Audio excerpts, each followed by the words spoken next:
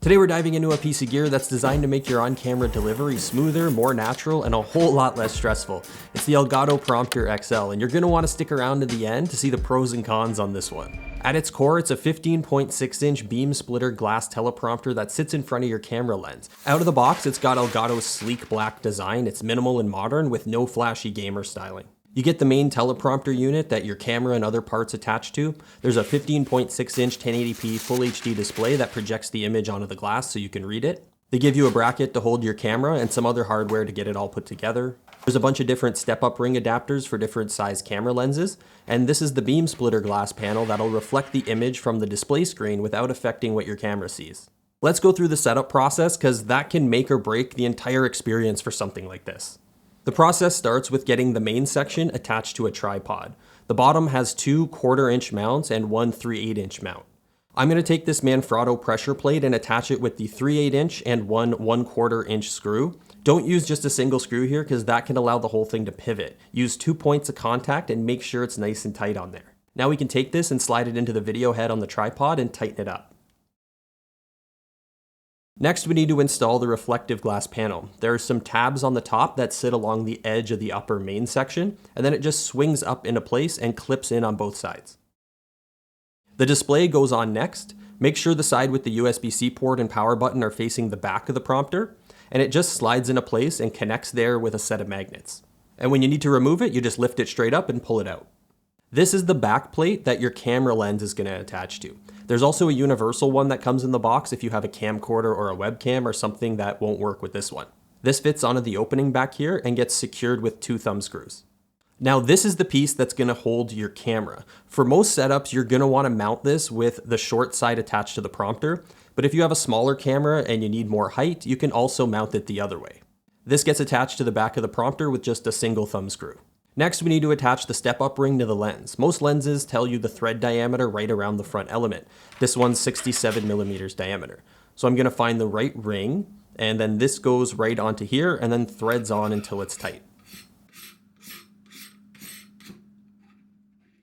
As you lower the camera down, you need to slide the step-up ring into the back plate, and then bring the base up to where it needs to support the camera, and then tighten it down again with the thumb screw. And then secure the camera to the bracket with another thumb screw. Now that everything's where it needs to be, I'm going to take a screwdriver and torque down the screw holding the bracket to make sure it's not going anywhere. Now we just need to plug in the USB-C cable, connect it to the computer, and that's it.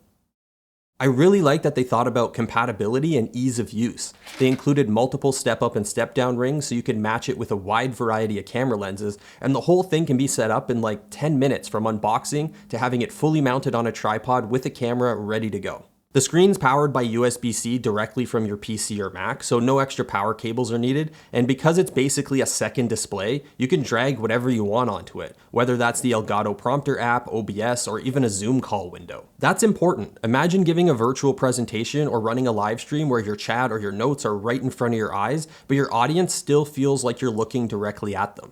Something like this can really be a game changer for engagement. Of course, hardware is only half the story. Software matters too. I'm using this with Elgato's Camera Hub software. It's a free download on their website.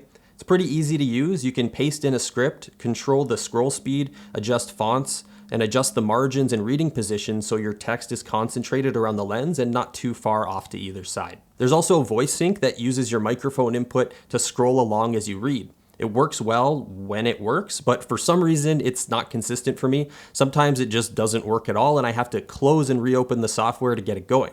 I'm hoping it's just because I'm testing an unreleased product and this is beta software, but time will tell. And just a quick note on voice sync. You need an NVIDIA RTX GPU or Apple M1 or better to be able to run it.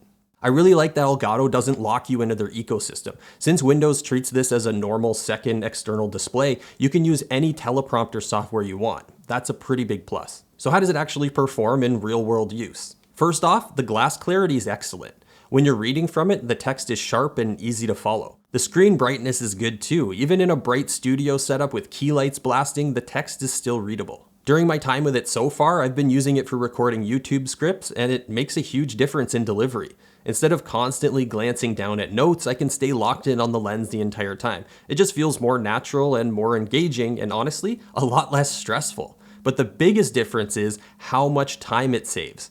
I can power through like a 1,500 to 2,000 word script in a fraction of the time it normally takes me.